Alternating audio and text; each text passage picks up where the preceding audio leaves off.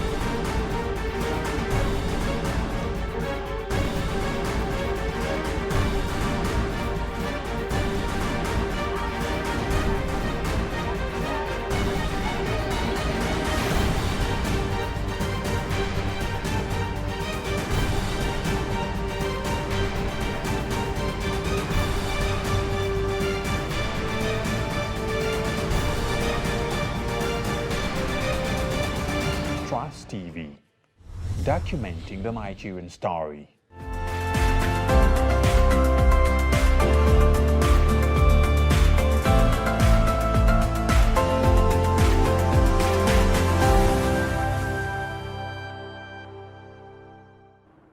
You're welcome back to Business Dailies, and it's time for the Equities Market Watch, and we'll be starting off with the NGX. Now, the ASI for NGX closed at 52,657.88 basis points, which is down by 0.18%, and it has deals of 3,599 with a volume of 171.109 million and a value of 7.45 billion naira and a equity cap of 28.681 trillion. Moving on to the African markets. Now, Joburg's Bourse closed at 80,791, and that was up by 0.35%, while Ghana's was 2,429, and that was down by 0.07%. Now, taking a look at the U.S. markets, we have Dow, which was down by 0.51%. S&P 500 was down by 0.25%. And of course, NASDAQ, which was up by 0.5%. Moving on to the European markets. Now, FTSE 100 closed at 7,742, and that was down by 0.3%. Now, FTSE 100, the blue chip company, has been experiencing some pressures, and this is mostly because the London stock is also experiencing pressures itself. This week, the Bank of London is preparing to host some policy meetings. Now, CAC 40 is down by 0.57%, while DAX is also down by 0.47%. Let's take a look at the Asian markets. Now, Nikkei is up by 0.19%, Shanghai up by 0.19% also, while Kospi is down by 1.35%. Now, we'll be moving on to the commodities market, and Brent is down by 0.61%. However, in Asia, the cost of crude oil has skyrocketed, and this is mostly due to a drone attack by Iran. Now, moving on to silver, which is currently selling at $23.74, is up by 0.54%. Now, experts are saying that the prices of silver could possibly hit a 9-year high of $30 per ounce and possibly outpacing the gold prices. And this is largely due to an insufficiency of silver supply.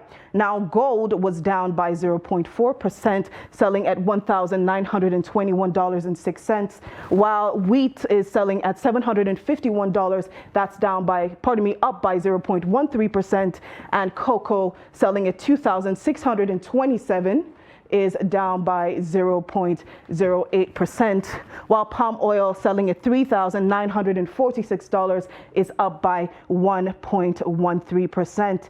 And on Crypto Watch, we have cryptocurrency still witnessing a sea of red, still struggling to stay above water. So Bitcoin is currently selling at $23,588.05, and that is down by 0.73%, while Ethereum selling at $1,622.14 is down by 1.28%, and Binance is selling at $311.04 is down by 1.7%. Now, the cryptocurrency, we've seen this has been struggling for quite a while now, and I'm sure a lot of people are wondering when it's actually going to come back up. Well, that's all we have for the Equities Market Watch, and we'll be moving on to Business Roundup.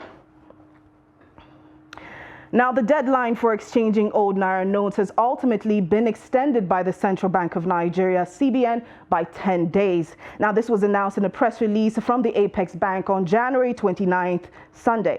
Now, the CBN Governor Godwin Emefiele stated that the new deadline of February 10th, 2023 is for the collecting of obsolete notes. Commuters groan as petrol pump price nears 400 Naira per litre. As premium motor spirit nearly reached 400 Naira per litre over the weekend, buyers of gasoline have continued to sigh under the weight of soaring prices. Stations that are members of the Independent Petroleum Marketers Association of Nigeria jacked up prices to between 320 Naira and 340 Naira per litre, while stations that are members of the Major Oil Marketers Association of Nigeria sold items for around 190 Naira per litre.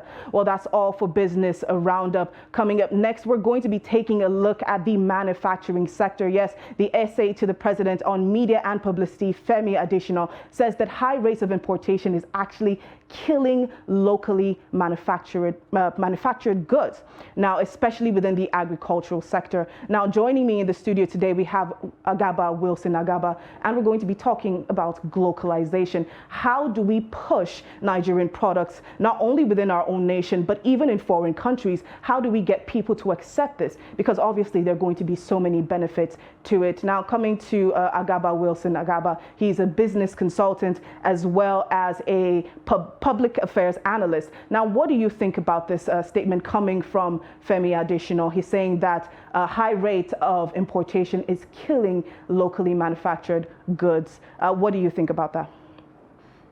Well, thank you very much for having me. And I think I have spoken so much about the locally manufactured products and the markets that exist for them. Competitiveness in both the local and the global market, and the impact of globalization on their businesses. I've spoken severally on it on this program. One of the things we must look at is our preferences for foreign manufactured goods seems to have taken a toll on us. Well, the question is, how did we get to the point where we preferred only goods from the foreign markets? One, some of our agencies that are supposed to do their work began to drop the ball, and that led to a barrage of low quality products and uncontrolled pricing. And over the time, people tend not to trust the local product. And that has led to the desire for foreign product, because we believe other people are more trustworthy. We have more confidence in foreign product than the one we produce here. And this is what is causing so much pressure on the Naira, because every little item that we consume here, including clothes, shoes, and all of that, we want to purchase them from another country. What can we do to improve this situation?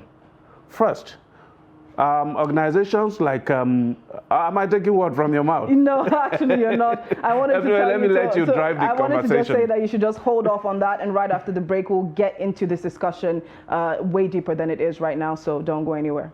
That's right.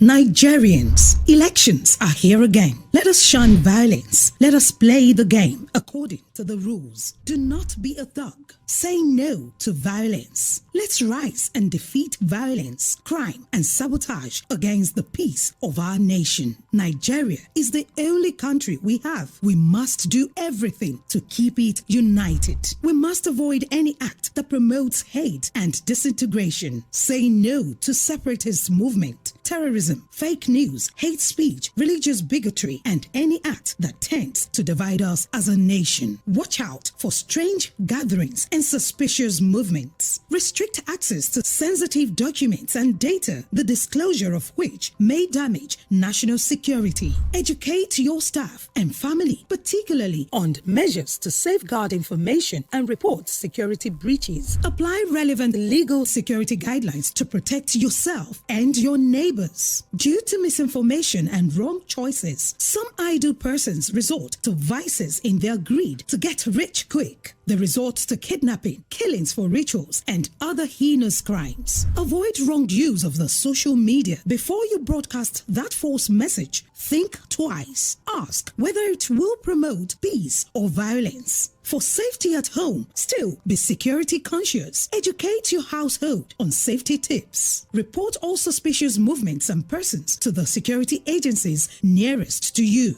Be a good citizen. Be patriotic. To pass security information, please call 0813-222-2105, 0915-339-1309, 0908-837-3514, or send a mail to dsspr@dss.gov.ng. This message is from the Department of State Services, DSS.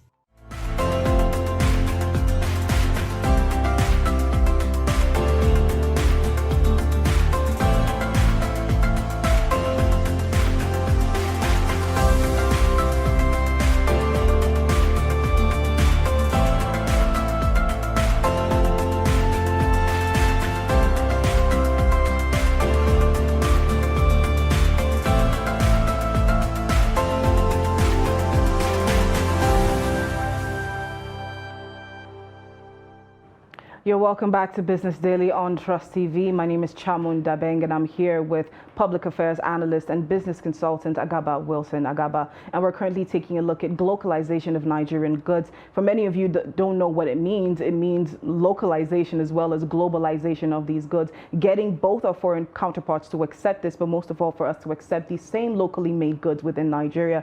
Now, of course, before we went on the break, we had Wilson Agaba speaking on this, talking about how Nigerians, even themselves, feel that foreign-made products are way better than what we have at home. But let me throw this question to you. How many locally made products do you have in your home right now? The palm sandal I'm wearing right now was made in Otupo. Homeland. Yes, Homeland. I bought it from them, and I'm rocking it. It's fine, and it looks durable to me. And I am aware that there are some shoes that are made in probably Aba, and they are taken abroad, stamped by foreign company, and brought back here to be resold as foreign product at another price anyway.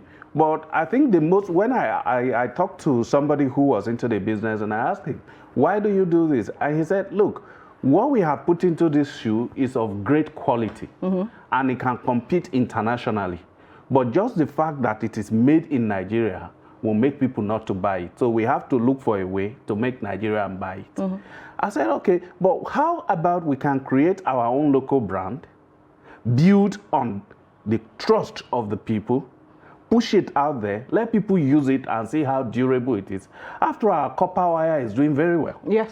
It's the most sought after copper wire in the whole world.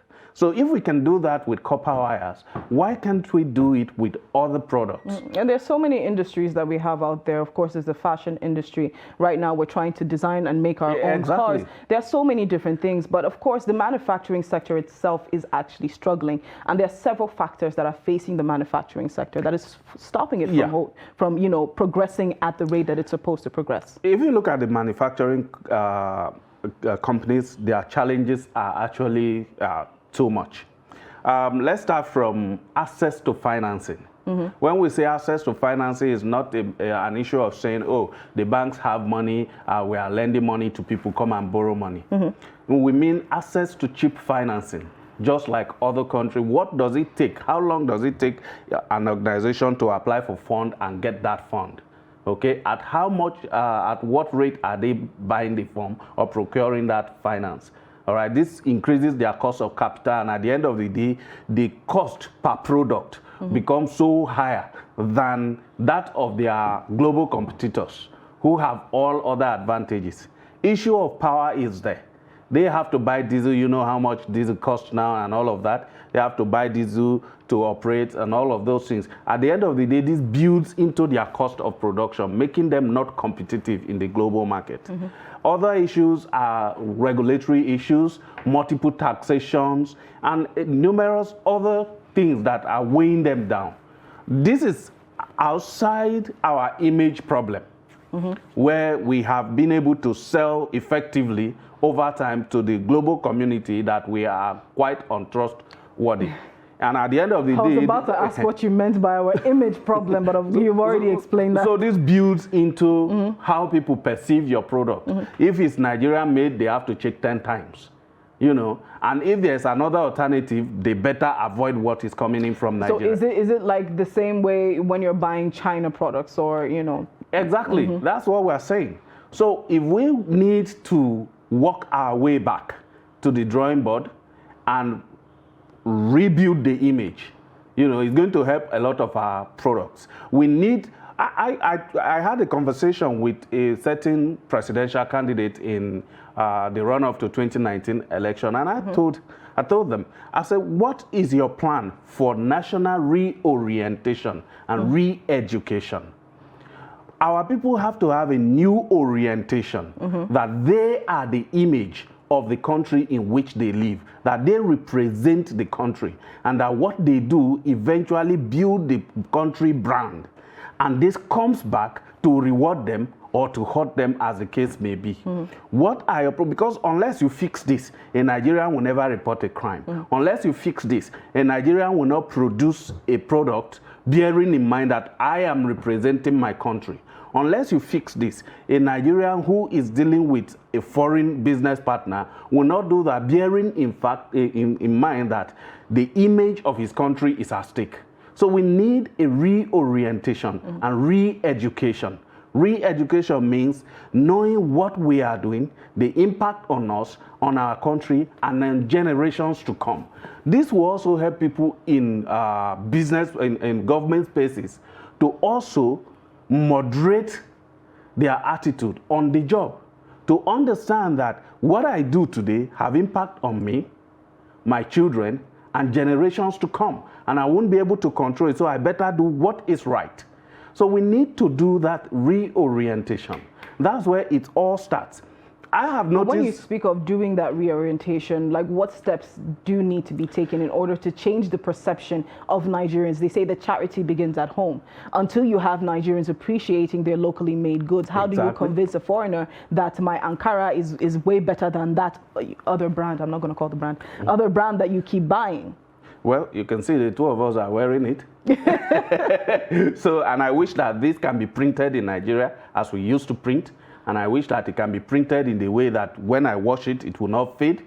And it will be done in a way that when I wear it to come for this program and I'm trying to adjust on my chair, it doesn't tear off and, you know. So these things can be done. Look, I bought these palm sandals that I'm telling you, and it's working for me. It's durable. It's easy to use, and it's easy to maintain. It was made by hand in Otupo, in Benue State.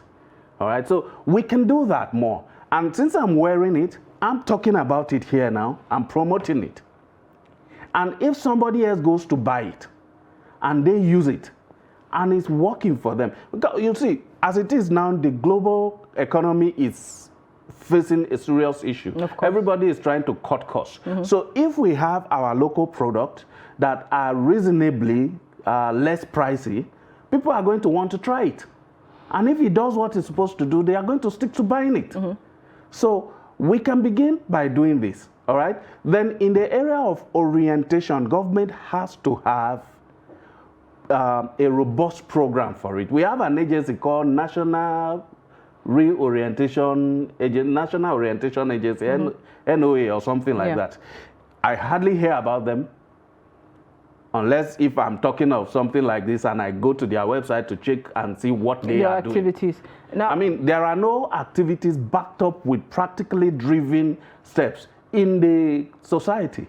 So how do Nigerians know that if I cheat a foreigner who comes into Nigeria, he is going to say Nigerians are bad?